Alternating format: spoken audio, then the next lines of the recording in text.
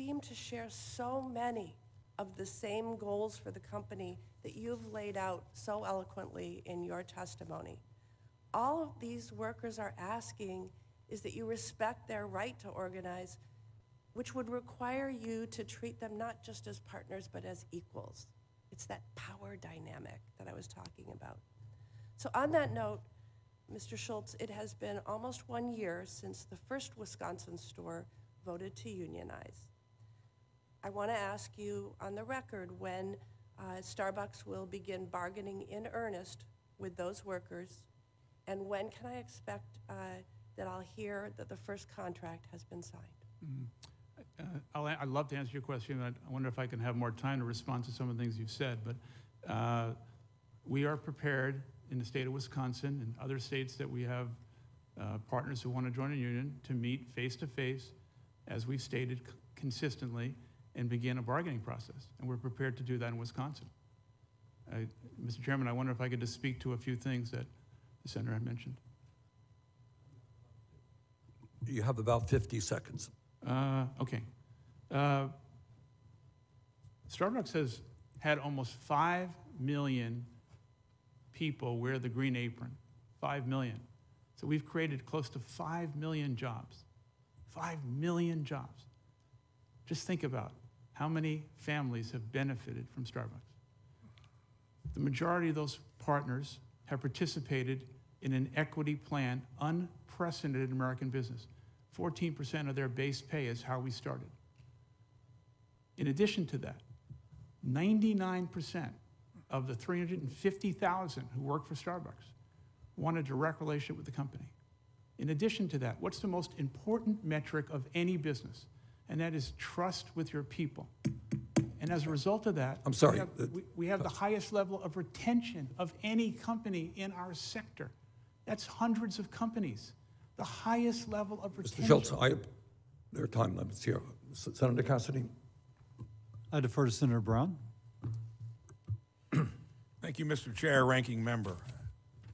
I think this is an interesting discussion because I recently come from the world of building a business over 37 years. And I've been clear when it comes to unions, they are so important in today's world, vis-a-vis large public companies, multinationals. How would you have any countervailing clout unless you didn't have an effective union?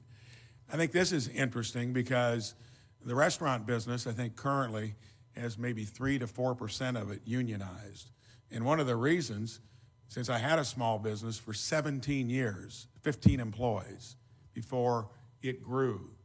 And the best avoidance of a union is to treat your employees like family, pay good wages, have good benefits. You do that, you're probably never going to have a union knocking at your door. But we're talking about an industry here that through COVID went through one of the most traumatic events any small enterprise or business has gone through. This is not a small enterprise or business, but it's in a business. It's got a high fatality rate due to the nature of it. I don't know currently what you're paying your average employee on the line. That's going to be the first question, and then what the average pay of senior, middle management, senior management would be. I always thought it was good, as long as you're earning equity in whatever you're doing, that you probably be reasonable there. Don't pull in with a Maserati and all of that. I'd love to know where you're at on that wage stratification first. Thank you, Senator. The average wage is $17.50. That's higher than the minimum wage of every state in America. With benefits, and the majority of our people take the benefits, that's at $27 an hour. 65% of our managers across the country were baristas, and all in, the manager's salary is about $80,000. Very good. And then do you have a stratum of management above that? Is a district manager, regional manager, and I think what we're most proud of is that the majority of people who are managing stores, managing districts, managing regions, started out in our stores. We have hundreds, maybe thousands of beautiful stories that our partners have shared with us about what Starbucks has done for them and their families as a result of the benefits that we created. And those benefits were not created because there was a union. Those were created because of the decisions. And I think that's important to note. But I think what you represent here is a watershed case because you're large. You generally get large because you're successful along the way. And we've got to be careful because I'm going to pivot to something the other side of the aisle has proposed, is like the PRO Act. And again, I'm probably the most outspoken Republican on the benefit of unions. But you got to be careful where they go. If they're going into the gig economy, into the independent contractors, which is the next chapter on some of this, that will stifle entrepreneurialism. When you look at, if you are large, you shouldn't necessarily be held to account unless there are things that you're doing to impede the law in terms of unionizing. You've already made that point that you don't think you've been doing it. All I'm saying, this is important because this will have a ripple effect way beyond your business. And the one thing we can't have is to suffocate what's made this country great, and that is that you do not necessarily have to wrestle with a union if you do all the things that are good for your employees to begin with. Can you honestly say that you've done that throughout the history of your company, and that I know you have mobility? It sounds like several different ways you can grow. You have no mobility unless you're growing as a company, but have you honestly done that? Yes, we have, sir, and I wonder if I could just give you one prime example that I think the committee should understand. You know, during COVID, as you said, the restaurant industry was really plummeted. I mean, we had it very, very tough. We had thousands of Starbucks stores closed. Many of our peers started cutting benefits during COVID. Starbucks did not cut one benefit during COVID, and we paid every single partner during COVID with no exception. What was your average wage before COVID? Because you said you're at about $17 now starting. Did you have to raise it over the last couple of years? We raised wages in May, that's correct. And what was it before? About $15 an hour, we went to 17. And one final point, even $17 an hour, that's not a living wage in this day and age. I'm proud that in our company, we pay the highest starting wage in a low unemployment county. And any large corporation shouldn't necessarily be bragging about $15 to $20 wages. When you look at the typical structure of a large company, that should probably be $20 plus, like many Main Street businesses pay. And I think if companies like yours and the larger companies don't do it, you're going to be constantly, grappling with maybe here. But on the other hand, unions shouldn't be trying to get involved in companies that are doing a good job, especially Main Street and smaller ones. I wish we had more time. Thank you. We'll leave it at that. Thank you, sir. Senator Smith. Thank you, Mr. Chair. Good afternoon, or good morning, I think it is still. Mr. Schultz, you repeatedly call your employees partners. Do you value your employees or your partners that want to join a union or have joined a union? Do you value them as much as you value those that have not yet joined a union? We have respect for every single partner who wears a green apron, regardless of their choice to go for a union. So yesterday, I had the opportunity to meet with some unionized Starbucks workers from Minnesota, Gracie and Elizabeth, and they tell me that Starbucks is cutting their weekly hours. They estimate that they're losing $4 an hour in wages because the company won't allow them in unionized stores to access credit card tipping when that's available to workers in non-unionized shops. And they tell me that they are simultaneously understaffed in their stores and unable to get enough hours to pay their bills. If these folks are your partners, why are you treating them differently than the non-unionized workers? When we raised wages in May, my understanding was that under the law, we did not have the unilateral right to provide those benefits to partners who were involved in collective bargaining. And that is why. So you have said that several times during this meeting. You've said that you cannot legally provide these benefits without bargaining over them, but you know, I'm sure, that the union has specifically stated in this letter, July 15th, 2022, that they waived any objection to bargaining on this. It says in the letter, to this end, the union hereby waives any objection that we might have to Starbucks providing union-represented employees with any wage or benefit improvements provided to unrepresented employees. So I don't think this, I just think you're wrong. Oh, let me try and explain. There are an array of wages and benefits that need to be negotiated in the collective bargaining process. It would not be proper to take one piece of the puzzle out of the negotiating process, since the people who have joined the union have decided that they want to negotiate a contract. It is our preference and our right to negotiate that contract fairly and objectively, but not in piecemeal.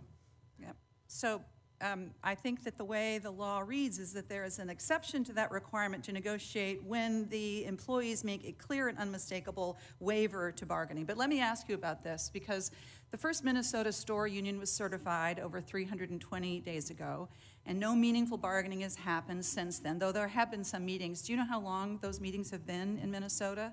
I'm not involved in any of the meetings. So the Minnesota folks tell me that those negotiation sessions have not lasted longer than 6 minutes.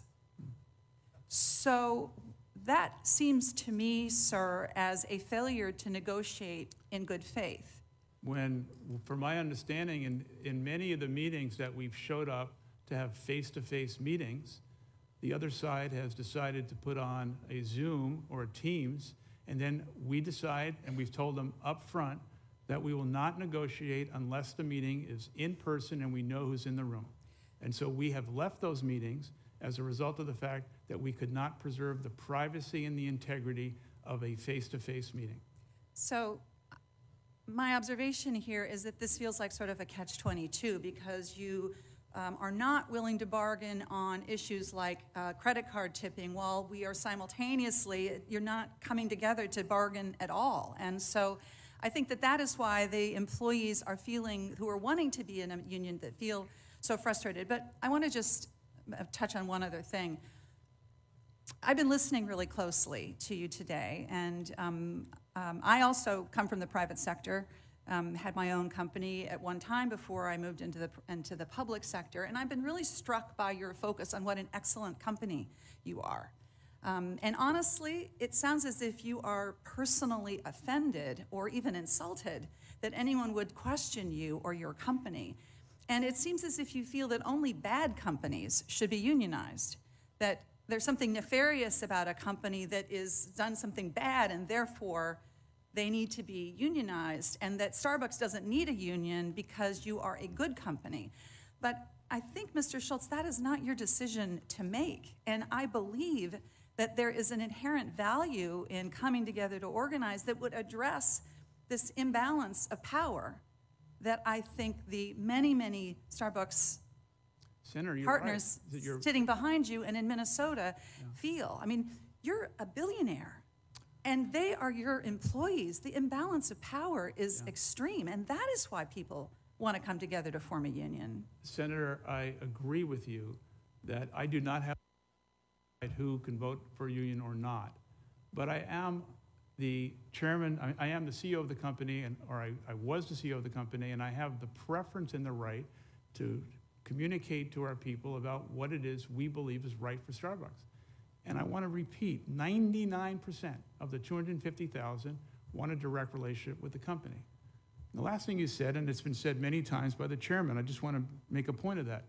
This monarch of billionaire, let's just get at that, okay? I grew up in federally subsidized housing. Let me finish.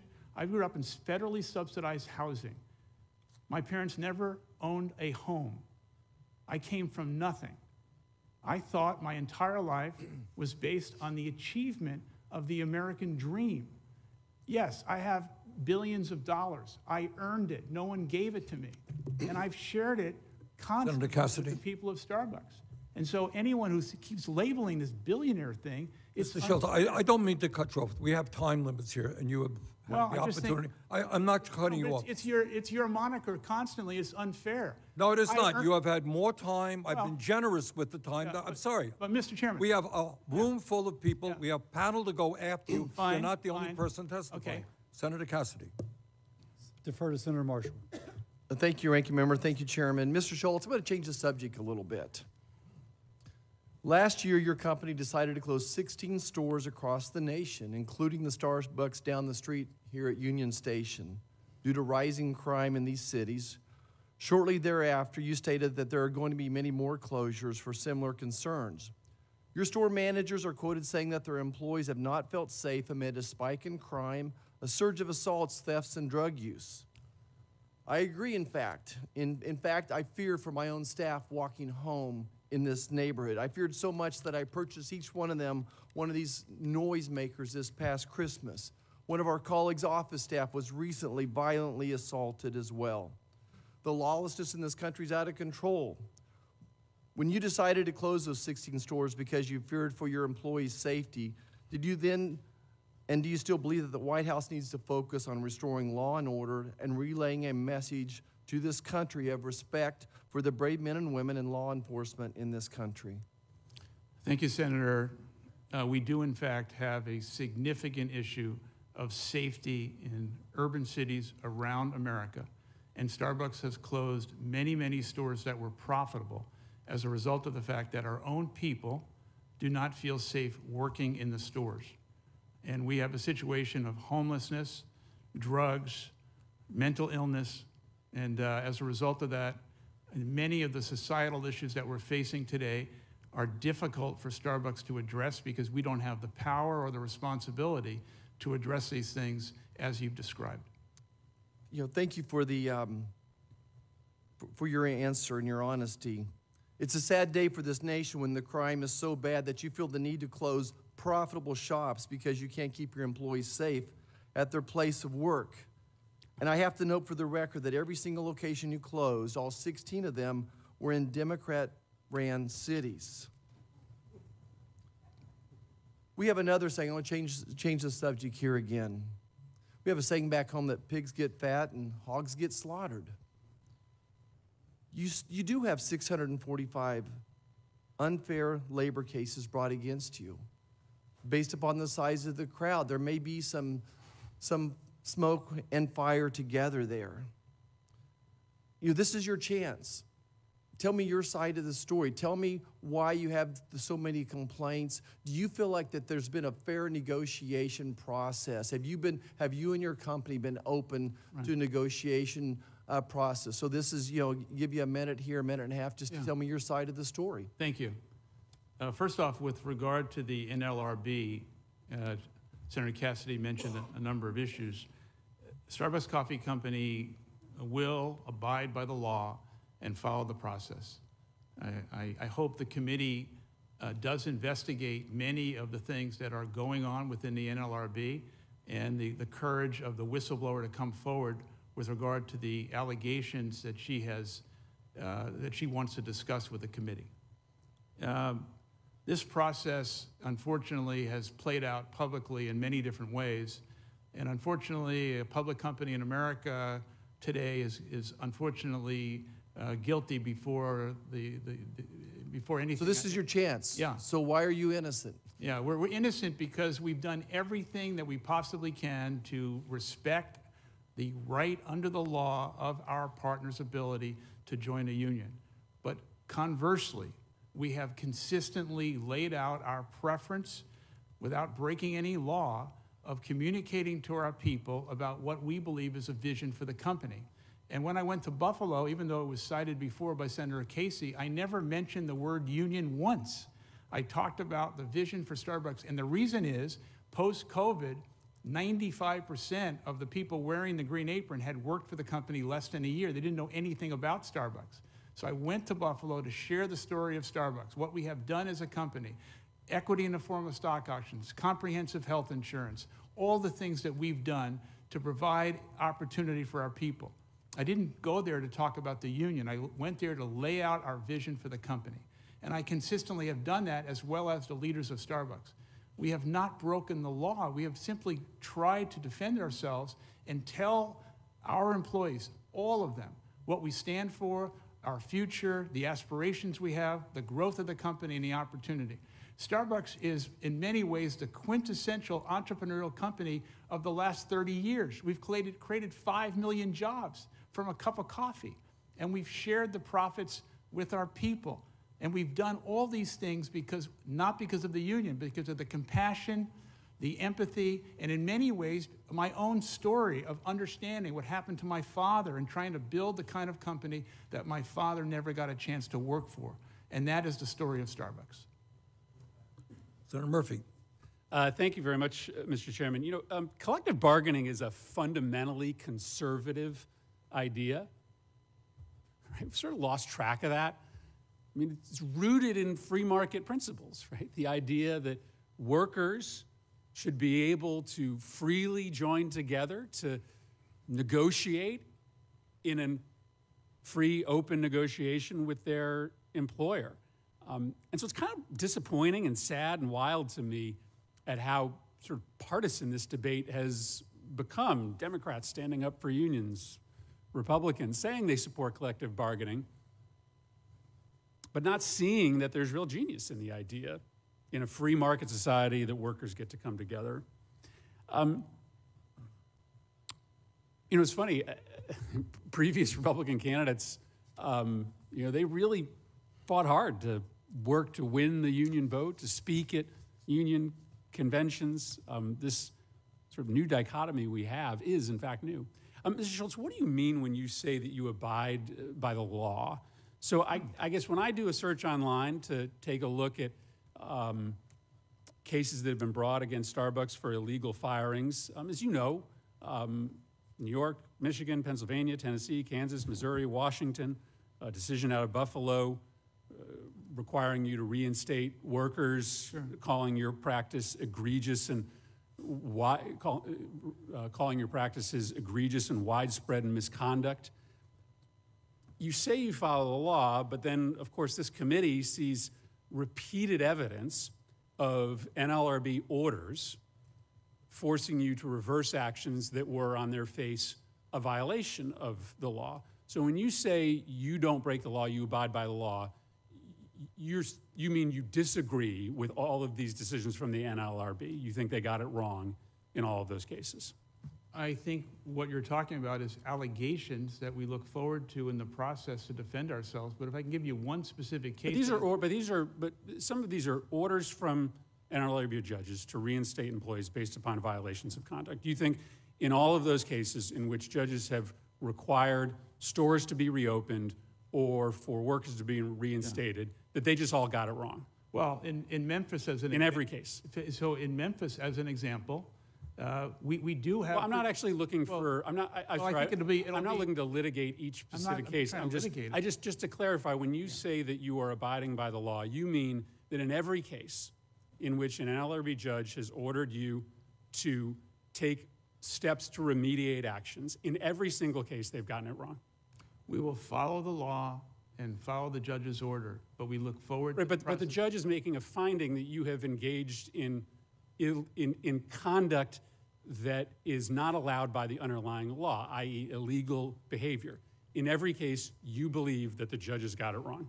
I believe the allegations will prove that Starbucks was correct. And I can give you a perfect example if you're willing to listen. Sure, I'm willing to listen. Okay, so let's take Memphis, which has been a clear, isolated case, but I think indicative of the process. Safety at Starbucks is critically important. We want to protect and preserve the safety of every one of our people. In 1997, we had a tragedy in Georgetown where 3 Starbucks partners were murdered. And so as a result of that, we have always taken safety very seriously. But after that, everything we do is about partner safety.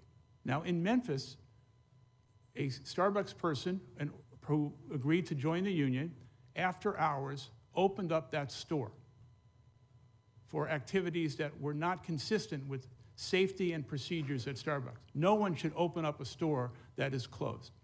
The manager took a disciplinary approach and terminated that person. That person was reinstated. That is the fact. Safety is key at Starbucks. So we can't be held accountable for things that we believe under the procedures of Starbucks that are based on safety for our people. And that is a clear violation of our procedures. I understand. I'm trying to square your testimony in which you insist that you rigorously follow the law. Yes. With overwhelming evidence from the organizations that are charged with enforcing American labor law that is not the case. It is akin to someone who has been ticketed for speeding 100 times, saying, I've never violated the law because every single time the cop got it wrong. That would not be a believable contention if someone was to make that before the committee. And so I find it hard to believe your insistence that notwithstanding this extraordinary set of decisions, reinstating workers, forcing stores to be reopened, that you are in fact consistently abiding by the law as your testimony is before this committee. I don't believe Starbucks has broken the law. All right, thank you. Senator Cassidy. Let me just make a couple of observations relative to what has been said on the other side of the aisle of the dais.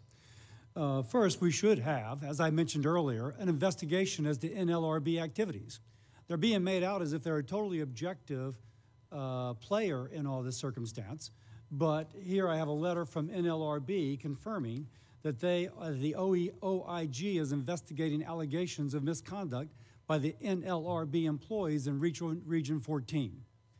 Now, we can say, oh my gosh, NLRB is supposed to be neutral. There is tangible evidence that they're not. Secondly, I'm sorry Senator Murphy left. Republicans down here have totally supported the right of people to organize. I'll also point out that it was Republicans who were standing up for the trade unions when his first week of his presidency, Joe Biden canceled the Keystone XL pipeline. Canceled it when those trade unions needed those jobs to make their pensions. And by the way, if I may point out, subsequently the administration has gone hat in hand to Venezuela and the Middle East asking for more production. If they had not canceled that pipeline, that oil would now be coming down to the state of Louisiana, employing more workers in my state, refining that oil in the most environmentally sensitive way. So I kind of stand by our side. Mr. Schultz, let's explore a little bit. There's this impression that the unionization effort has occurred organically. But you mentioned earlier, and I think I have some facts here, that the person in Buffalo was making $69,000 a year when she went to work for the store and began to organize. I think that's called salting, but it wasn't as if there's this organic, let's just all come together and unionize. No, workers of the world unite. It was, no, somebody was paid to go in there and create an environment where 4 out of 6 people might do it. I don't know if that was the 4 out of 6 union. Any comments upon this person getting paid by the union when she came to your store in an attempt to organize it? Well, if that's not a nefarious act, I don't know what is. Yeah, it does seem just a little bit inorganic. Yeah. You made, or your company made in a 2023 proxy statement, that Starbucks has not been found to have violated the law as part of any enforced order of the NLRB. Now, Senator Murphy suggested that you are guilty because you've been charged, and yet you're pointing out that you've not been found to violate the law. Will you kind of reconcile those two statements? That is correct. We have not been found guilty of any violation. These are allegations. We look forward to the process that Congress has set up, and I think we will avail ourselves that these will be proven not true. Now, I just made the point, I forget if I requested this, but I would like to enter to the record the letter from NLRB confirming that they are being investigated for NLRB employees' misconduct in Region 14. Without objection. Do you have any comments upon what I feel is to be the politicalization of NLRB? From your perspective, is that a real thing? I don't really have any comment on that. I hope the committee will look closely at it. Okay. Now, there's been a lot made that contracts have not yet been achieved, so-called first contracts. I have something here from a Bloomberg report that it took, on average, 465 days for first contracts in a variety of industries to be achieved. More than a half took more than a full year or to sign. it's being argued that you're not negotiating in good faith because you have not yet achieved the contract. And yet that seems to be consistent with the pattern of how these first contracts come about. Is there any statement you'd like to make on that? I think that's true. As I said earlier, we've shown up about 85 times to have a face-to-face meeting. We've tried to set up 365 additional meetings, and we are very clear. We're ready and able to have face-to-face negotiations, and we will do so at a moment's notice. Now, NLRB's General Counsel, Jennifer Abruzzo, found that you had violated federal labor law by refusing to bargain if some attended over Zoom. I didn't realize it was a law that you had to be able to go over Zoom, but any comment upon Ms. Abruzzo, who some have found to be an advocate for unions in terms of this particular finding? You know, I think, you know, I've been in business for many, many years. Face-to-face meetings, negotiations, collaborative sessions, they're all better to be had than anything that is on Zoom. Is there a law that says that you have to do it over Zoom if one party chooses to go over Zoom? I've never heard of that law, sir. Okay. I haven't heard of it either. I yield. Senator Hassan? I'm happy to yield to Senator Markey for a minute, and then I'll follow up after him, if that works. Senator Markey? Thank you, Mr. Chairman, and thank you for this important hearing. And Mr. Schultz, it's good of you to show up, but then again, you faced little choice. It's disappointing to me that it took such a long time and required the threat of a subpoena for you to appear before this committee. And it's frankly disrespectful to your hundreds of thousands of employees, but we do appreciate you finally appearing here. All across America, workers are saying that they've had enough. Rising inequality and outlandish CEO pay for those at the top, like you, and a paycheck-to-paycheck subsistence for everyone else. The unionizing Starbucks workers are on the front lines as a groundswell of working and middle-class people who are banding together to assert their right to organize, form a union, and collectively bargain for their dignity. My father used to tell me that you can't beg for your rights, you have to tell them. He lost his finger in an industrial accident as a young man. There was no OSHA. He just said, the boss said, see you next week, John, back on the job.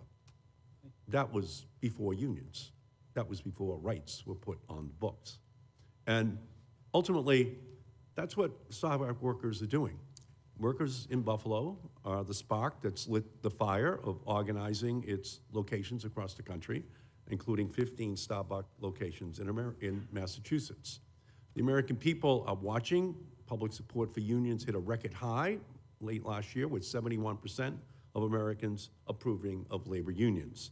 So as you sit here denigrating your workers, you're not just morally and legally wrong, you're in the minority. You're out of touch. Union busting is disgusting. I got the chance this week to meet with Caitlin, who is a Starbucks employee from Gardner, Massachusetts. Like you, Caitlin cares deeply about Starbucks.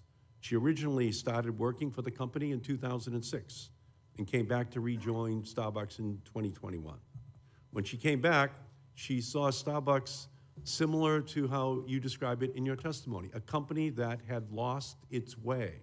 She saw a company that now only cared about money at the expense of the health and well-being of its workers. So to help save the Starbucks she once knew and loved, Caitlin and her co-workers formed a union. They wanted to revive a wayward company, make your company better. But you vilify Caitlin and her colleagues for caring. You demonize them for participating in their fundamental right to organize. And worse, you and your company set out to punish Caitlin and her colleagues, withholding benefits and raises, cutting hours, and purposefully understaffing to harm their most dedicated partners. So when you give us 10 pages of testimony extolling the benefits that Starbucks offers its employees, that's not what I see. I see Caitlin. I see you squeezing the people who have made you rich with blatant disregard for the law. Perhaps because you think if you can hire the lawyers and pay the union-busting consulting firms, you can get away with violating other people's rights with disregarding their dignity and with silencing working people in America. But here's the thing. If you can pay the lawyers and the consultants and the PR specialists, you can also pay the workers a fair wage. So you say that your father was unfairly fired after he was injured on the job. Your father had no rights, and your family paid the price. That is how your workers now feel. They have no rights. They don't want to be like your father, who had no rights. They don't want their families to have to pay the price for their children the way your father had to pay a price for his children. They want rights. Your father couldn't protect himself. That's all your workers are looking for. So they can protect themselves and their families so that what happened to your family does not happen to their family. I don't think you understand that, Mr. Schultz. They're just looking to be someone who can protect themselves in a way your father could not. So, Mr. Schultz, I would just hope that you would understand that. But I'm afraid you don't. I'm afraid that if you step down as CEO, that you don't understand that these people are afraid that your company will lose its way again, and that they need rights that don't just come from you, but come from the company. That's what they're looking for. It lost its way, you say you're back, but it could lose its way again. Workers should not be dependent upon you, Mr. Schultz, and your sense of right and wrong. They should be able to have laws, protections, unions that stand up for them every single day of the year. And that is something I think, Mr. Schultz, that you just fundamentally don't understand. These workers are just like your father, and they have no rights. Can I respond, sir? 30 seconds. Only 30 seconds. I need more time for that. I'm sorry, that's You all bring up my every father. member here is Bring up getting. my father. You don't understand, sir. My father was a World War II veteran, fought for this country in the South Pacific. You don't understand. I understand Yeah, let completely. me- Your let me- father Yeah. was... Can I finish, sir? Yes, sure. Yeah. Your father served our country, Yeah. and then the company he worked for... Can I respond, Chairman? Yes. Please. Okay. I don't understand. Let me ask you a question, since you cited the union as the answer. Is there a union contract that you personally are aware of that provides comprehensive health insurance, equity in the form of stock option, free college tuition? Is there at $17.50 and an average of $27 with benefits? Are you aware of a union contract? Sir, answer the question. Of a union contract that has those benefits, sir? Mr. Schultz... Are you aware? Mr. Schultz, here's your testimony. I'm Looking asking back, you a question. looking back, Oh, it is- Mr. it- Mr. looking Schultz. back, it is You a clear question. to prior to my return last April, the company had lost its I way. asked you a That it had question. fallen under the dangerous influence I of Wall asked you a Street simple question, just like you short-termism asked me. that I had always tried I to... asked you a question, sir. Sir. You don't understand. Your testimony says that your own company lost its way, and it will lose its way again unless there's a Okay. union there In a to make Senator it Hassan, accountable. thank you. And Senator in a Hassan. post-COVID environment, many All right, companies Mr. have Schultz, tremendous Mr. difficulty. Schultz. Senator Hassan, please. You don't understand. Thank you, Mr. Chairman. And I want to thank you for holding this hearing today to discuss reports of illegal union busting at Starbucks locations across the country. So in New England alone, there are 19 unionized Starbucks stores, and a total of 8 unfair labor practice violations have been filed by the workers' union. So it is absolutely critical that we hold companies accountable when they fail to comply with federal labor law. Mr. Schultz, I am seriously concerned by reports that Starbucks is coercing and retaliating against workers for exercising their rights to organize. For example, by unjustly firing workers who are involved in union organizing, conducting surveillance of union organizers, and reducing their work hours. Until 2 weeks ago, you were the CEO of Starbucks, and you continue to be a member of the board of directors as well as a major shareholder. So, what I want to know is this. I know that Senator Casey asked you about reports that Starbucks was surveilling workers who were engaged in organizing. Do you have any knowledge that such surveillance took place? I had no knowledge of that, sir. Who decided to move these workers to other locations, the workers who were engaged in organizing, or to reduce their hours or fire them? I'm unaware of that. So you had no participation in decisions about moving workers who were engaged in organizing? I had no involvement in any specific issue that regards the union in a district or a store, no. Were you or your successor involved in any of these decisions? I'm just asking again. No, no. Mr. Schultz, the National Labor Relations Board has filed over 80 complaints against Starbucks for this kind of activity that I just asked you about. Starbucks leadership really needs to end these practices. You've said you don't know anything about them. You've also, as you discussed with Senator Markey, indicated in the past that you came back because you felt the company had lost its way. So I will just add my my concern about these reports of these activities and urge you as a board member to take action to make sure that the rights of workers who are engaged in organizing activity are protected. Now, as you know, the National Labor Relations Act requires an employer to bargain collectively with its employees' union representatives.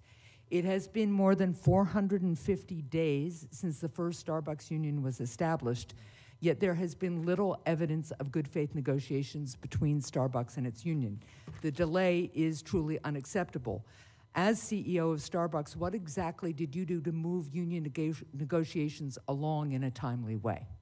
We said consistently, Senator, that we are prepared to have collective bargaining sessions when they are face-to-face, and we are ready, willing, and able. Well, the record to date is unacceptable, 450 days. What will you do as someone who continues to serve on the company's board of directors to remedy the situation? We want to have these meetings. We've scheduled 85. We've been to 85.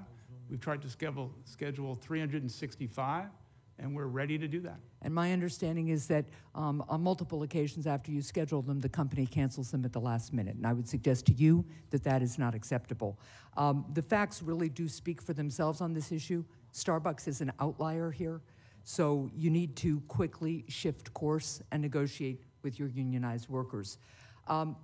Earlier this month, this committee heard from labor leaders about employers across the country who partner with unions to achieve better outcomes for their companies and the economy. For example, the president of the Teamsters spoke about how they've partnered with United Airlines to build out an apprenticeship program that would create 1,000 good-paying middle-class jobs. Knowing that other large companies successfully collaborate with unions, why has Starbucks not done more to collaborate with its workers' unions? I don't think that's true.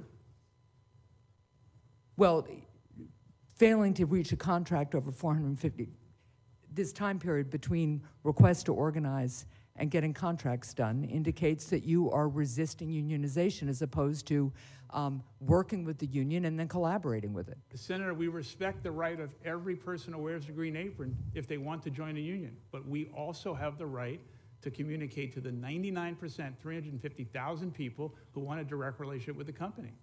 So my question is, why not work with the union and collaborate? And why not get the input from the unions to actually improve things for workers? Well, we've sat down 85 times to have those meetings, and we hope to have some more. So again, I will just urge you, there are lots of examples of large employers who work well with their unions, and they actually find that their business does better when they negotiate with unions, reach contracts, and collaborate with those unions. So I would urge you to take that approach. Thank you, Mr. Chair. Senator Lujan. Thank you, Mr. Chairman. Mr. Schultz, thank you for being here today. I have a series of questions. Some of them are yes or no's, and I hope to be able to cover a lot of ground here if it's possible. Mr. Schultz, yes or no, does Starbucks provide employees with generous benefits like health care, paid parental leave, and college scholarships? Yes. And you're proud that Starbucks does that? Very proud. I understand that part-time employees need to work at least 240 hours over the course of 3 consecutive months or roughly 20 hours a week to be eligible for those benefits. Is that true? I'm not sure that's correct, sir. I'd have to get back to you. I don't think that's correct. I don't want to ask one of your lawyers. I believe that to be true. Okay. I see a lot of head nodding from employees behind you. But nonetheless, I can submit a question to the record so that you can definitively say yes or no to that. Mr. Schultz, what happens if workers' hours fall below a threshold, as I suggested? Are you able to answer that question to their benefits?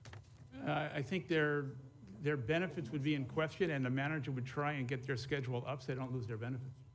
So I understand that Starbucks has a widespread pattern of reducing worker hours in stores that have unionized. After conversations with constituents from New Mexico, that's what I've learned. And why does Starbucks reduce workers' hours at unionized stores? I'm not aware we do that, sir. Mr. Schultz, you announced in May 2022 that the company would raise pay and double training hours at its more than 10,000 corporate-owned stores, but you said that these changes and others would not apply to unionized stores or stores where workers had filed for union elections. Mr. Schultz, yes or no, did you say this? Yes, my understanding was that we were not allowed under the law to provide benefits unilaterally to stores and partners that were involved in unions. Was there a finding at the NLRB along these lines as well, I'm unaware of that. related to that statement? I'm unaware of that. And yes or no, do you claim that Starbucks cannot make changes to benefits without good faith collective bargaining? That is my understanding. The National Labor Relations Board requires an employer and the union to bargain in good faith about wages, hours, and other terms of employment until they agree on a labor contract, not after. Are you familiar with that? Yes? And yes or no, just so that I understand correctly, is it true that Starbucks can hold shareholder meetings virtually, but it refuses to allow some union members to join bargaining negotiations virtually, even if other members are present? That's correct. The reason that I asked the question about the reduction in hours, Mr. Schultz, is I certainly commend and appreciate what decisions were made about respecting employees, about valuing employees as well. What concerns me is practices that have been shared with me where a reduction in hours, where an employee maybe once worked full-time, 36 hours or so, but then hours were changed at that property for whatever reasons. I'll suggest that I believe it's because of unionization, and I look forward to getting your response there. But then the employees, I'm told, have to be on call or made available if Starbucks decides to add a shift or something. Is that true? Sir, I'm unaware of a specific store or situation in New Mexico. I'm sorry. I'm not asking about a specific store. Yeah. Starbucks across the country in many properties has reduced hours of employees. That's a fact. Is that correct? For union workers? For anyone. They've reduced hours. We adjust the schedule based on our business. When someone hours are reduced, if it's for business, does Starbucks have a policy where that employee has to make themselves available if Starbucks decides to call them back in for a shift that they're not scheduled for? Your head nod indicates a yes. I believe the answer would be yes. Let me try and answer that. The manager and the assistant manager works very closely with the people in the store to adjust hours to accommodate people's work-life balance as much as we possibly can. Okay, well, that's not my understanding. I'd be happy to submit something into the record. Okay. My concern is this. If a store changes its hours, reduces its open hours, staff's schedules are changed, they're reduced from 36 hours to 20 hours, but they're told they need to stay available, how do they get another job? If they can't get another job and they're trying to go to school or do something to broaden whatever they're doing in their lives, but then a policy is put in place that says, no, we're gonna reduce your hours and you have to stay on call. Whether it's a manager or not, that's a Starbucks policy. I just hope with all of this, that's not a policy. Well, we'd be happy to pull you in to visit with folks from New Mexico and review some of those areas as well that I've been taught from others. So I look forward to that as well. But I hope that can be done here in all of this. Look, there's a lot of interest, there's cameras outside and all the rest. Mr. Schultz, this company started in a strong way with what it did with its anchor stores out in Seattle and around Washington. You know, there's an NLRB case where they got closed, and there's allegations that they've got to open up again, or I don't know, and they're being appealed. So I don't want to get into all of that stuff. But going to what Mr. Markey said, with testimony that we lost our way, I want to be here when the panel. I certainly hope that we can find that way back, because a lot of folks support Starbucks because the employees were treated well. And I just hope that that's something that we can work on together, but I look forward to following up with your staff. Thank you, Mr. Chairman. Senator, I'm incredibly proud of the long-term track record. Mr. Chairman, if I can't speak any longer, I didn't ask a question to Mr. Schultz. I'd be happy to ask a question if you'd like a response. Okay, thank you. Thank you very much, Senator. What we're going to do is we have a wonderful panel that's going to be up here in a second. You have not voted yet, and I have not voted yet. Mr. Chair, but Yeah. just for 30 seconds, can I be recognized to submit a letter into the record from the Albuquerque store that sent it to Mr. Schultz? Without objection. Let me conclude this session with Mr. Schultz in saying that we are looking at a situation where one side has all the money, has all the power, has all the consultants, can hire and fire at will. We're looking at another side where workers are making not very good wages, wages that were forced up, as I understand it, by the threat of unionization, so that you now have a $15 an hour minimum wage. We're looking at a situation that Senator Lujan just mentioned. You know, we're in a lovely room here. This is one world. Out there in the real world, whether it's Seattle or Vermont or wherever it is, people are given arbitrary schedules as to when they can and cannot get to work. Sometimes they're working 20 hours a week, sometimes they're working 30 hours a week.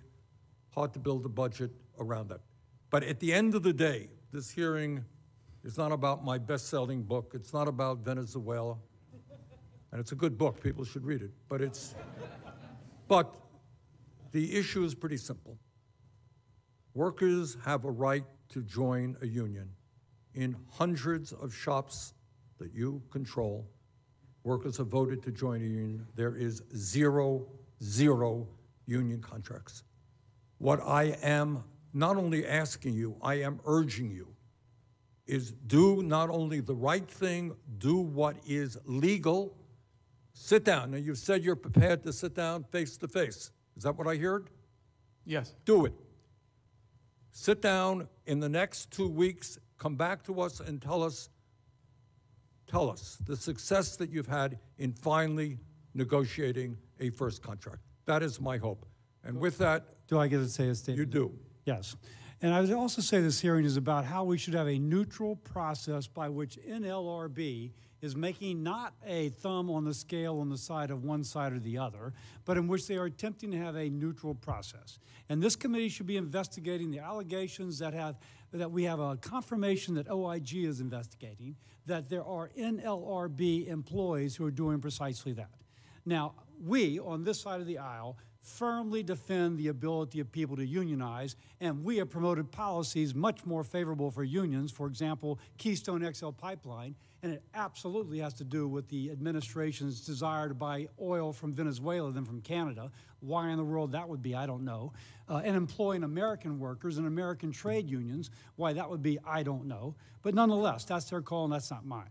But we should not, in this committee, presume that someone is guilty before we have done our own independent evaluation, particularly because it would depend upon an evaluation by NLRB, which we happen to know right now is under investigation for being biased. NLRB is not under investigation for anything. All right, with that. Their employees are. Mr. Their employees Schultz, are. thank you very much for being with us. We are going to recess for 10 minutes, and then we're going to have a very excellent panel joining us. Thank you.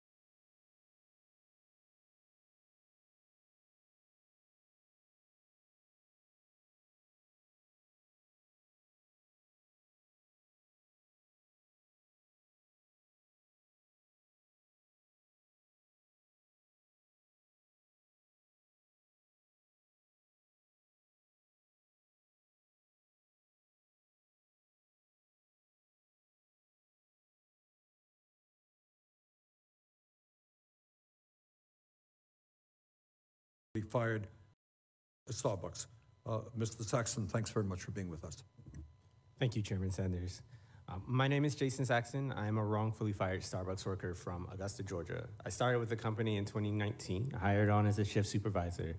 In time, I became the go-to not only for baristas, but management as well. I was recognized for my dedication and hard work, as well as the positive and infectious energy and environment I created for partners and customers. I even won Partner of the Quarter. My time at Starbucks wasn't all bad. I met my amazing wife, who is now the mother of our 2-year-old, Ava.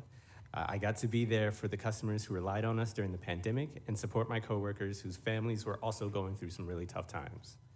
Being a disabled veteran with osteoarthritis of the spine from my time in the Coast Guard, I felt it was my duty to serve my country again, in order to make my workplace more equitable, but also so that my work family could have what they needed to survive. We faced many failed and broken systems working at Starbucks when we began to organize a union. We saw that Starbucks had failed at honoring its stated mission and values, so we chose to live up to them in challenging the status quo. In late 2021, when we started to hear about Starbucks workers in Buffalo organizing a union, I thought, we need this too. I reached out to Starbucks Workers United to see how we could get started organizing in our store and began talking to my coworkers. We kept organizing despite increasing retaliation and surveillance. The company sent higher-up managers to our store, and it felt like it was just to surveil us. The regional director, who drove down from Atlanta, was in our store regularly with the district manager.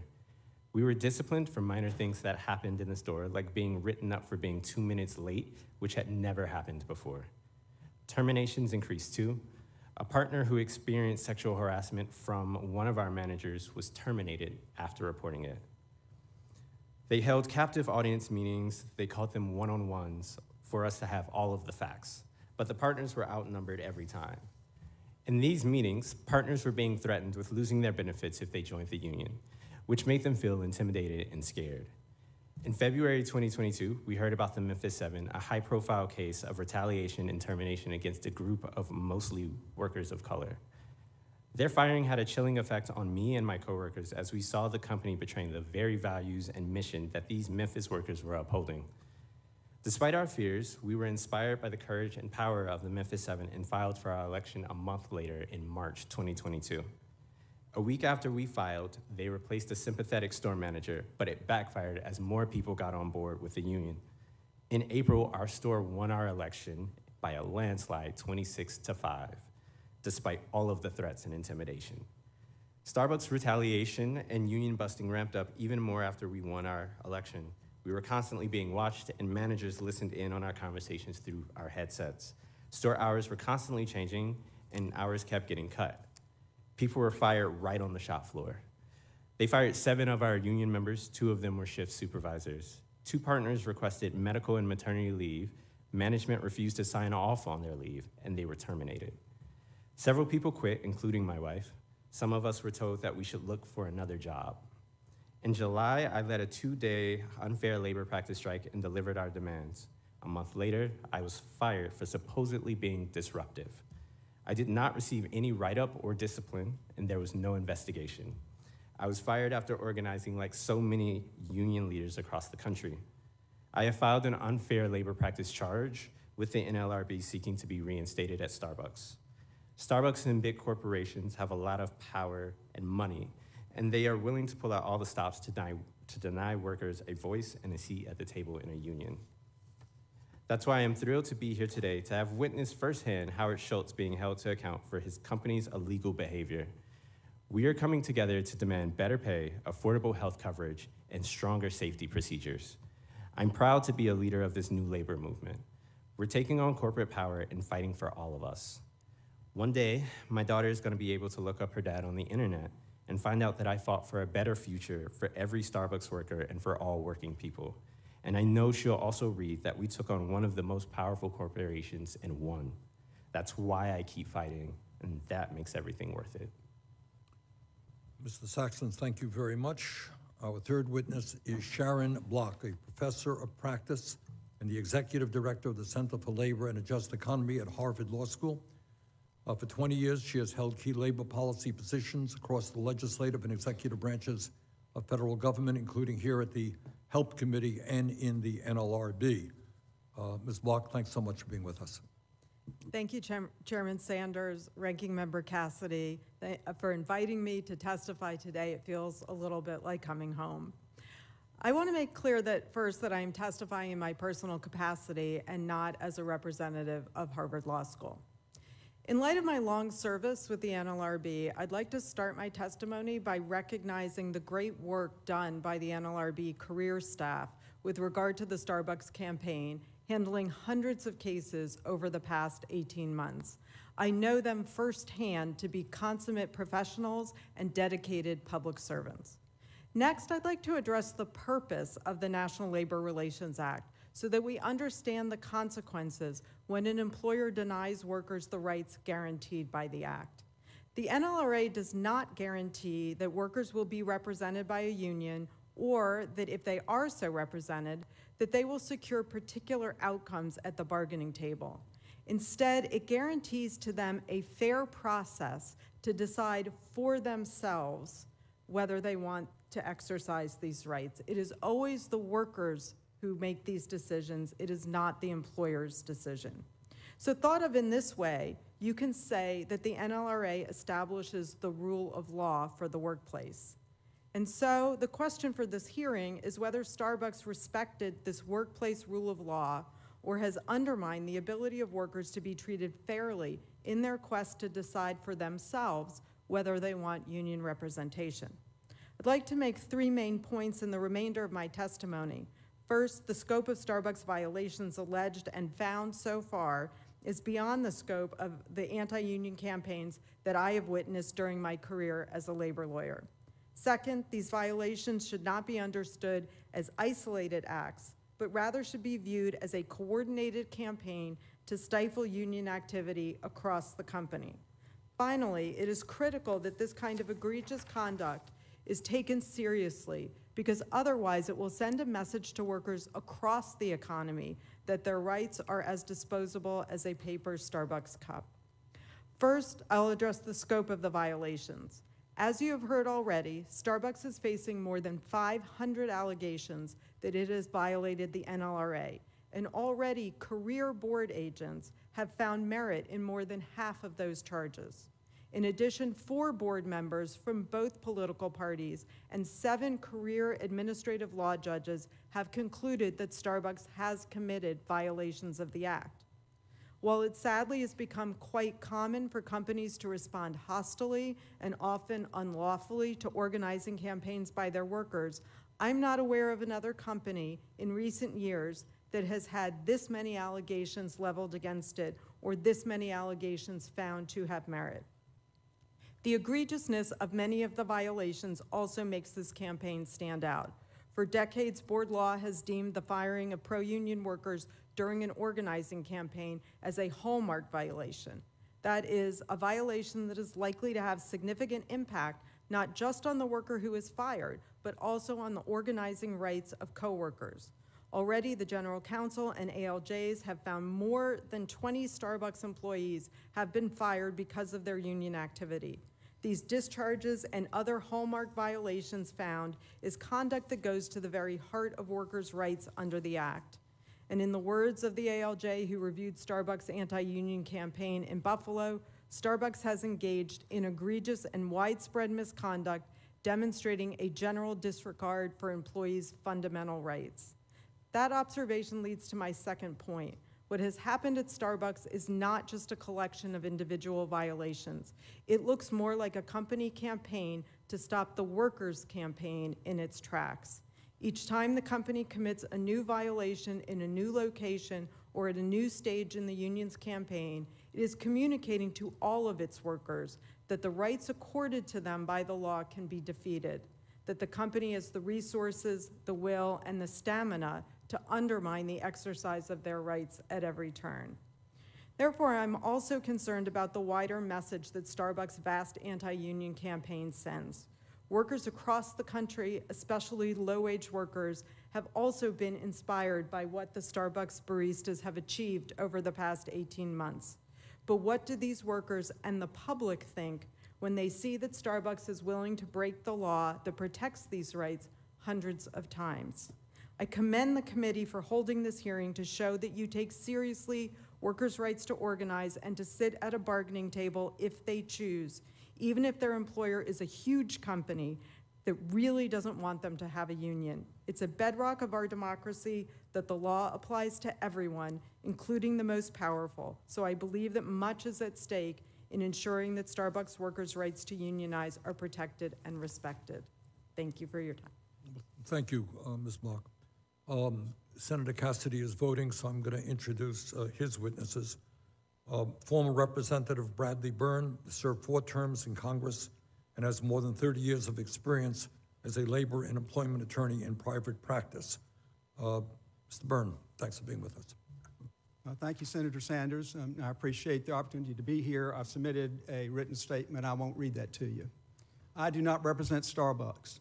I do not have a position about whether they have or have not committed unfair labor practice violations. I do not have a position on whether they should or should not be organized. I believe that it's up to the workers, and I trust the wisdom of the workers at the Starbucks stores to make those decisions in appropriately conducted elections. I'm here because I represent a whistleblower, a longtime employee, professional employee at the National Labor Relations Board, who has come forward to the Inspector General of the National Labor Relations Board with information that there have been significant irregularities, violations of the neutrality of the organization of the agency during at least one such election. Now, why does that matter?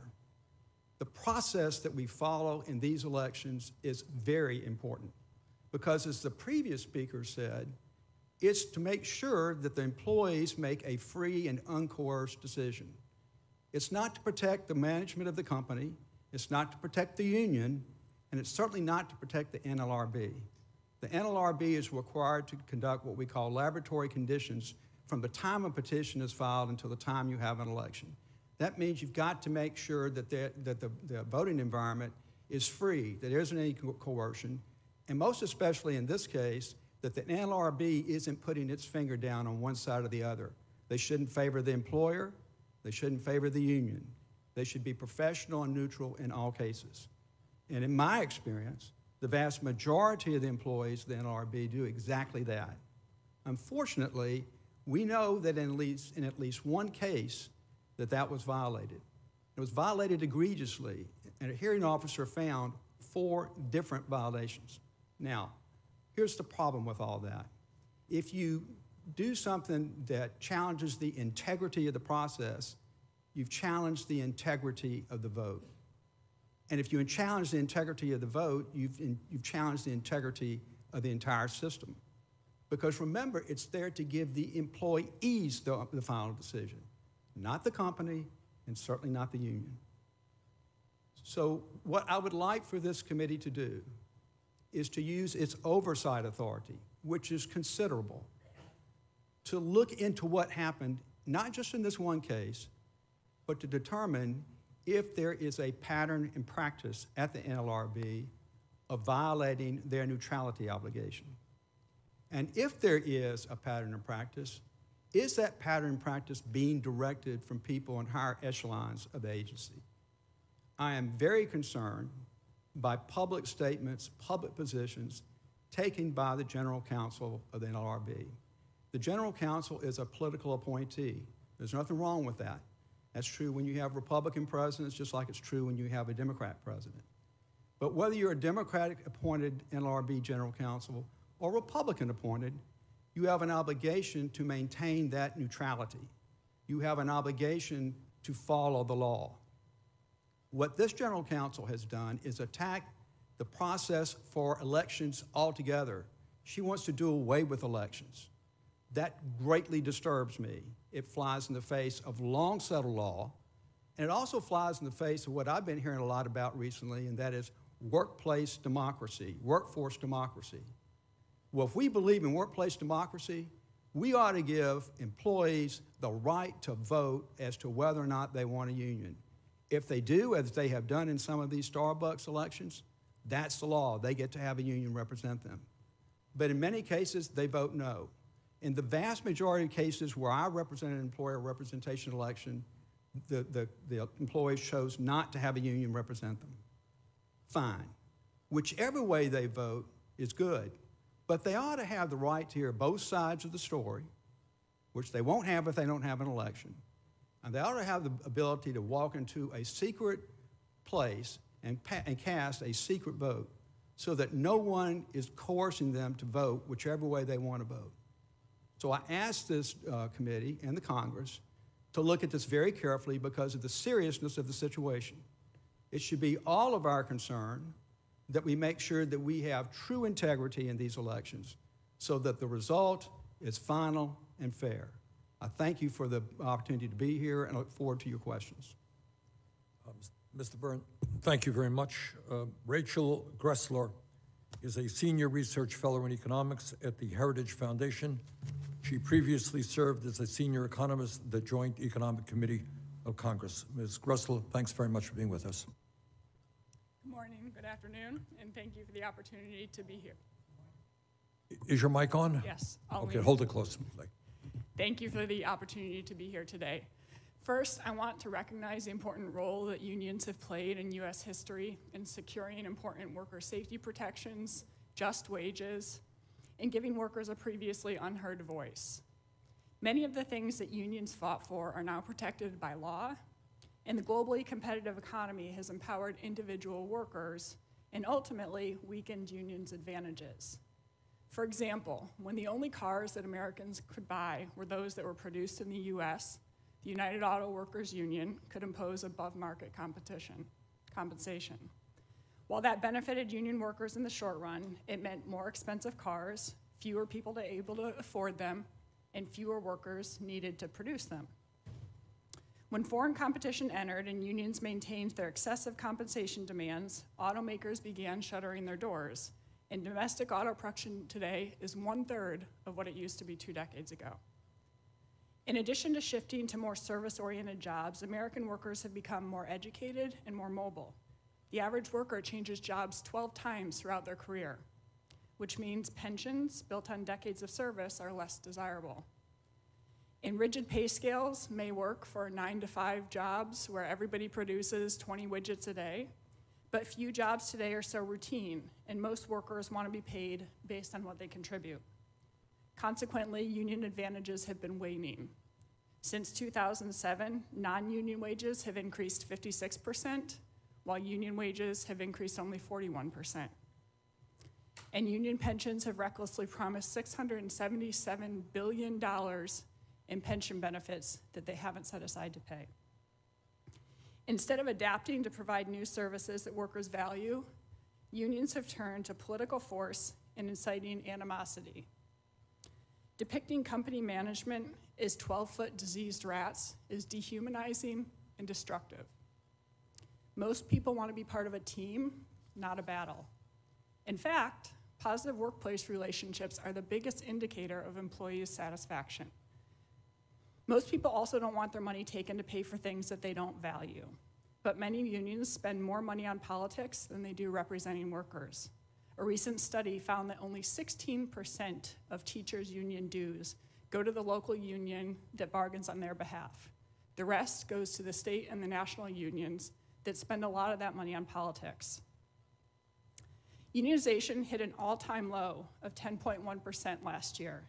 And in part, that's because employers can be more responsive and accommodating to workers' desires without a union dictating what they can and can't do. Instead of wooing workers, unions are trying to forcibly reverse their decline through laws that would take away workers' privacy, their secret ballot elections, their right to work without paying a union, and the ability to be their own boss. But instead of forcing workers into one-size-fits-all unions, alternative worker organizations could benefit more workers. For example, Major League Sports bargain collectively for some things, but players are able to negotiate their own salaries. Professional organizations like the Freelancers Union provide educational services, and they bring workers together to pool benefits. And worker choice models would allow more workers who want to be in a union to have that option while not forcing anybody who doesn't want to be in the union. The Employees' Right Act would secure fundamental rights like privacy, secret ballot elections. It would elevate the voices and the opportunities of union and non-union workers alike. And it would also protect the livelihoods of 59 million Americans who participate in independent work. It would also preserve the small business franchise model. The recent shortage of workers and a longer-term decline in labor force participation is troubling for the economy and civil society. To help more people find meaningful and productive work, policymakers should expand apprenticeship opportunities, enable more portable benefits, and end unnecessary regulations that prevent employers from offering more flexible and generous benefits. Additionally, it is the NLRB's job, not Congress's, to investigate unfair labor practices and to render consistent and impartial decisions. It's also the NLRB's job to oversee fair elections and to protect workers' and employers' free speech rights. I don't know about specific unfair labor practice charges at Starbucks or any of the roughly 18,000 unfair labor practices filed with the NLRB last year, but I do know from my work advocating for workplace flexibility that Starbucks has been a leader in expanding benefits like paid family leave and providing college tuition and high starting wages. The fact that their turnover rate is less than half the industry average suggests that they're doing something right. Running a business and attracting and retaining workers isn't easy, and employers shouldn't have to fear congressional harassment if they don't want a union coming between them and their workers. Thank you. Thank you very much. Let me begin my questioning with Ms. Carter and Mr. Saxton. You have heard, I suspect, Mr. Schultz saying that he obeys the law. He respects the right of workers to organize if that is what he wants. Starbucks does not engage in union busting. Ms. Carter, what is your observation about that? My observation is that that is not my experience while working in a store that was unionizing. Thank you for your question, Chairman. So, you know, we were forced to go through multiple captive audience meetings in our store, and our store was the only one to stay open throughout the entirety of the pandemic. Unfortunately, because of a captive audience meeting, a member of management who traveled to our store from, I don't know where, I had never met them before, gave multiple partners COVID in this meeting, and we had to shut down for 5 days. Now, that's a little bit of union busting and outside experiences, but kind of crazy to go through. Did workers have any option about whether or not they would undergo this meeting with the Starbucks executive? We were scheduled for that meeting, and it actually was our very first one, so we weren't told at this point in time that we didn't have to attend. So it was very much not an option. Okay. Let me get to Mr. Saxton. You heard what Mr. Schultz said. What do you think? Thank you for your question, Senator. That hasn't been my experience. In my store, when we filed, they fired our store manager. He was a very well-liked store manager. He actually helped in our organizing effort once he was fired.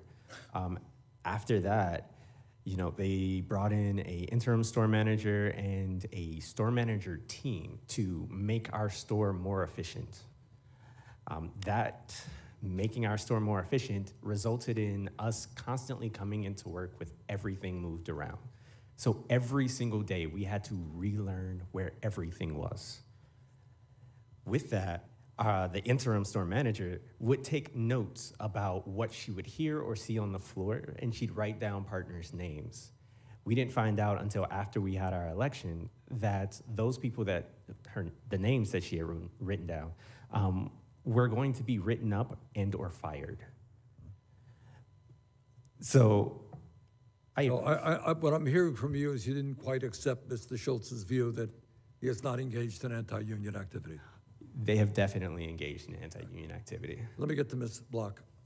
If I heard you correctly, I think you indicated that what you are seeing at Starbucks is unprecedented, and that in modern history, and that what Starbucks is doing is also sending a signal to the corporate world that, in a sense, if they can get away with this, other corporations can as well. Am I right on that? Yes, I think that's a fair interpretation of how this campaign may be perceived. And in my mind, most importantly, among other low-wage workers that work for large corporations that have the resources to engage in this kind of drawn-out, long litigation over their activity during an organizing campaign. What is the purpose, do you think, of these long, never-ending efforts on the part of companies? Why do they do that? I mean, I try not to speculate on other people's motives, but, you know, I am concerned that we are seeing now fewer petitions being filed by other Starbucks employees. There can be lots of reasons for that, so I think, you know, time will tell. But, you know, as other witnesses and as other members of the committee have indicated, there is necessarily a huge power imbalance between workers and the company. And so there's this ability to play things out over a long time just exacerbates that kind of power imbalance. Senator Cassidy. Thank you, Mr. Chairman. Mr. Byrne, you represent a constituent of mine who's bravely provided information to the NLRB Inspector General of misconduct that she witnessed during the representation election at a Starbucks in Overland, Kansas. And specifically, a hearing officer found there was substantial disparity between the communications the region shared with Starbucks and the communications the region shared with the union. What makes this an issue? Well, you're supposed to be neutral. And so if you're having communications with the union about an issue, you need to have communications with management as well. And if you're not having that even communication, then clearly you're favoring one side over the other. Now, some of the communications seem to me fairly benign, but again, I'm not a lawyer. But I gather it has to be even keel. Whatever you do for one, you have to do for the other. That's correct. So one of the things that came out in that is that the labor board agent actually allowed the union to bring 2 people to vote at the board's office. And this was a mail-in election where you had a stipulated agreement. So the communications weren't about some small things, they were about big things, i.e. the vote. So the stipulation that you shall mail in is really kind of ironclad. And what may seem just kind of like an accommodation, really they should have said, no, we can't, you got to go down the street, you got to put in a mailbox or something like that. A stipulated agreement is the law of the case. They have to follow that. Now, if they want to vary it, you go to both sides and say we need to vary it as to this employee or that employee. But you don't just unilaterally do it after having a conversation with the union and you haven't had any conversation with the company. So the guy or gal who might forget to mail it, and I forget to mail bills all the time, that would take out that variable of whether or not they would actually remember to put it in the mailbox or don't have stamps at home or whatever the variable would be. I kind of get that. Let me ask you this. Can you tell us about records brought forward by your client that implicates a pattern and practice that the union received accommodations by NLRB in other regions, not just Kansas? Senator, let me be very careful how I say this. There is a subpoena that has been issued to my client by the House Committee. We're in the process of reviewing that and complying with it. I can say, without going into the details of it, that there are documents in there that would indicate that the sort of thing that happened at this one particular election has happened in other elections as well. So there is a basis to determine whether or not there has been a pattern in practice, not just in Starbucks cases, although the House subpoena was limited to Starbucks cases, but if it's happened in Starbucks cases, is it happening in other cases across the country? Let me ask you this. Much has been made about the number of filings of unfair labor practices by people seeking to unionize against Starbucks. And yet NLRB, in a letter that I submitted for the record earlier, in other documents, has stated that over half of unfair labor practices are dismissed or withdrawn. As a labor lawyer, can you speak to the tactical use of unfair labor practice complaints in an organizing campaign? In my experience, the union files unfair labor practice charges, multiple unfair labor practice charges in every election, and it's part of their strategy for handling it. And as you said, the vast majority of them are thrown out. They don't even get to the point of having a hearing because they didn't have any basis in the first place. So it's a pattern that the union follows to try to intimidate the employer and try to eat up the time in the election. Ms. Gressler, Republicans made it pretty clear that we support the right to unionize. But you point out that the labor laws we have are like sometimes 100 years old. and yet you promote some reforms that would modernize it, if you will. And you mentioned, for example, Major League Baseball, special case, but in which merit actually dictates wages along with the baseline of benefits.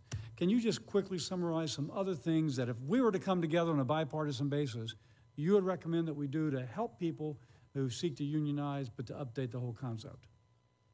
Yeah, and there I think the focus has to be on the workers and their choices. And so they may choose to have an organizational structure that allows them to pull together and say these certain benefits are important to all of us and we want to have the same level of them, but there are other things that we want to be able to negotiate more flexibly. And that could also happen across a big company that has multiple different stores in different states that is facing different conditions. And I think the importance there is letting the workers have the choice to do that. And so right-to-work states allow this, but they also in those states have representation on everybody. So even if the worker isn't paying into the union, they are represented by the union. Now the union would say that that's a free rider problem. So you could eliminate that by saying the union does not have to represent you if you're not paying them. So if you want that representation, you've got to pay. But if you don't want it, you can be on your own and you can negotiate by yourself, or you can have a separate type of negotiation, but just having the choice actually be focused on the worker themselves. Gotcha. With that, I yield. Thank you. Senator Smith. Thank you, Chair Sanders and Ranking Member, and welcome to all of you. It's really, I'm glad to see you here, and I want to thank you in particular, the Starbucks organizers for being here. Ms. Carter, I understand you organized one of the first stores in the South for the Starbucks workers, and I wanted to ask you something. Mr. Schultz talked repeatedly this morning about this partner relationship that he says that he has with his employees, and I'm just wondering, from your experience, how do you have a partnership with hundreds of thousands of people, and when you were doing the organizing in your, when you were doing your organizing, like, what did you find? Why were people wanting to be part of a bargaining unit? Thank you so much for your question, Senator. So it's about the rules and regulations that are in place and how we are actually able to service the customer. Right. Throughout COVID, we really saw a decline in maintenance in our stores. We really saw a decline in upkeep. And frankly, when you report these concerns to your manager, it just really feels like you're talking sometimes to a wall, as if you're just not getting any response. So that was a huge catalyst to why we wanted to organize, but also just the wages and rent rising in our state. It's just not something that worked for us, and also benefits are just too expensive for us to actually be able to use. So rather than forego a paycheck, we just choose not to have health insurance. So those are a lot of the reasons why we chose to organize. And I'll say Howard Schultz does not feel like a partner to me as well. Thank you. Mr. Saxton, was there anything, I'd like to know what you'd like to add to this. And I'm particularly interested in the challenges that folks have dealing with schedules that are uncertain and unpredictable, and you have maybe a promise of some hours that you then don't get. And how would being part of a bargaining unit help you deal with those kinds of challenges as a worker? Thank you. To answer the first question, some of the challenges that we faced were, when I talked to some of my coworkers, they overwhelmingly were talking about the training. The training is 1 week where you're learning everything, and then 1 week where you're practicing everything. And then for shift supervisors, you go through the same barista training, and then you do shift supervisor training, which functions the same way. Then scheduling was a huge thing, and this kind of goes into your second question. So I currently have at my store someone who used to get 25 hours a week. They are a very much so a supporter of our union. They have been reduced down to 5 hours a week. I think that speaks for itself. If they really want to be partners with us, they'd hear those concerns, and they make those changes, and they'd feel so. Starbucks has an empty seat that they leave at the shareholder table for their partners. They fill that seat and hear what we have to say. Thank you.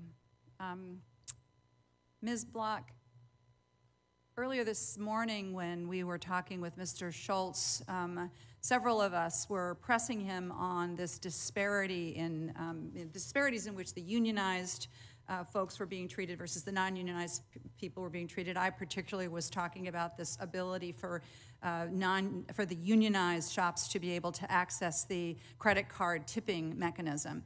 Mr. Schultz said that his understanding of the law was that he could not do that. Now, when I questioned him, he shifted a little bit and he said, well, actually, it's our preference not to do that. Could you just address this issue? Could you address this issue? Absolutely. Thank you for the question. So I think as Mr. Schultz eventually was sort of circling around, once the union waived its right to bargain over those particular benefits, right, it would not have been unlawful for Starbucks, at least what I can tell from the information that's become public, would not have been unlawful for Starbucks to grant those benefits to the stores that had unionized. But there's another dimension too in the allegations that in fact withholding those benefits was itself an unfair labor practice. And that goes to the question of why they made that judgment. So if it isn't accurate that the law precluded them from providing those benefits, then you say, well, then what was the reason? And if the reason for withholding those benefits was to retaliate against workers for having a union, to intimidate them in how they exercise that right, then that crosses the line from just not being accurate sense of the law to being an unfair labor practice. And so that's the question that will now be before the board. Thank you very much. Thank you, Mr. Chair. Thank you, Senator Smith. Just a few more questions. Recently, Starbucks raised their minimum wage, I suspect, in response to union organizing. But tell me, and certainly it's not just people working in Starbucks, what's it like to try to get by on $15 an hour or $16 an hour, number one? And number two, picking up on Senator Smith's question about scheduling, do people know if they're going to have 40 hours or 30 hours or 20 hours? If I go to work, how many hours am I going to be working in a week? Ms. Carter? Or? Thank you for your question, Chairman Sanders. So to address your first question, $15 an hour is not enough to pay bills and actually survive in this world today as we know it. We often struggle. One of the main things I hear from my partners is I can't pay my light bill and put gas in my car at the same time, or I can't put gas in my car at the same time and get groceries. So just imagine having to ration the most important things that you need to survive day in and day out. Another point that I'm really glad you brought up is the hour requirement in order to obtain benefits. In my 4 years at the company, I've never had a problem qualifying for benefits until now suddenly. I actually just was taken off of Starbucks benefit policies because I have not been scheduled the appropriate hours or anywhere close to my availability for the better part of Explain that to the world out here. What does that mean? Yeah, so basically. So if I am your supervisor, I can reduce your work week. And because I've reduced your work week, you now lose your benefits? Is that what you're saying? Yes, sir. We have an hour requirement per week. It's 20 hours per week. The threshold was lowered due to COVID. However, that has now since, I believe, been removed. Because of that, my hours were cut basically since around a little bit before Christmas last year. And so I actually just recently lost my benefits because of that hour requirement. Having your benefits tied to your hours when you don't get to determine the hours you work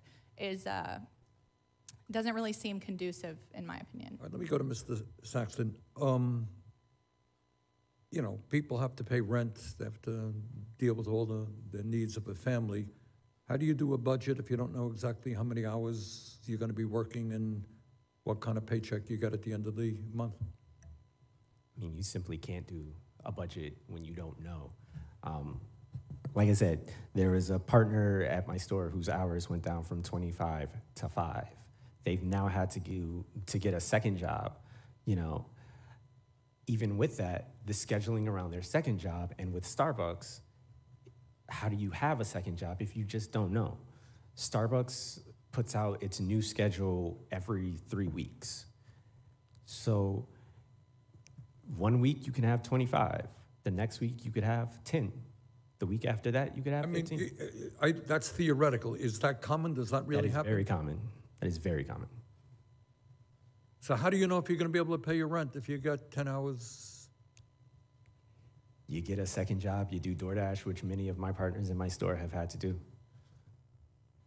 All right, tell me about healthcare. I don't want to misquote Mr. Schultz, but he talked something about comprehensive health benefits. When I hear that, I think that people have universal health care, that they can walk in the doctor, not have to take out their credit card, or what's going on with health care? Ms. Connor or Mr. Saxton, jump in. So with healthcare, I actually had healthcare with Starbucks. I had myself, my wife, and my daughter covered. The thing about the coverage is it's offered in tiers. So there's like the gold, silver, and bronze.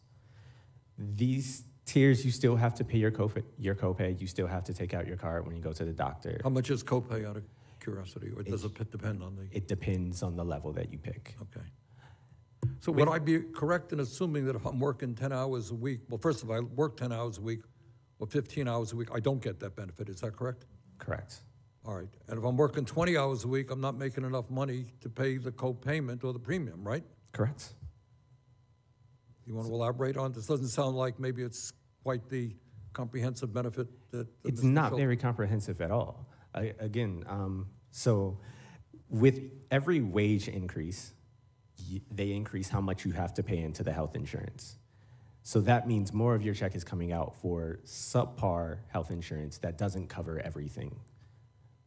So I have been reduced to going back to just the VA. Besides my firing, I've had to go back to the VA to get things that Starbucks health insurance would not cover. It would seem to me that if I was sitting where you were sitting and fighting for a union, one of my demands would be consistent and reasonable scheduling that I had some input to. Is that true?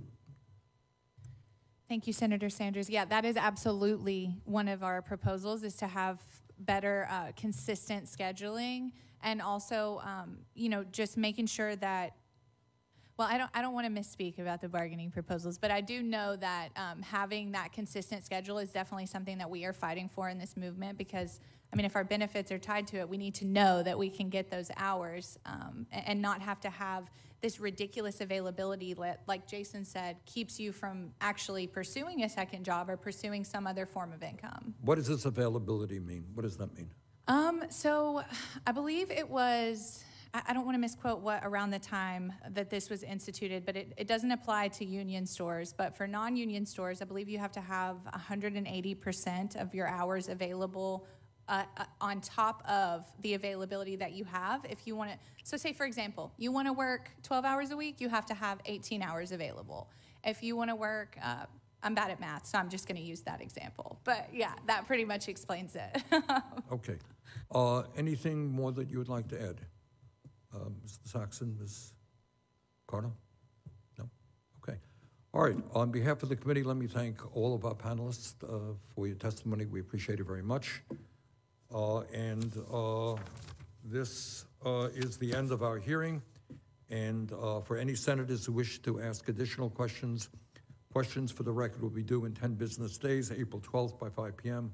I ask unanimous consent to enter into the record 2 statements from stakeholder groups in support of Starbucks workers in their fight to join a union freely and fairly. The committee stands adjourned.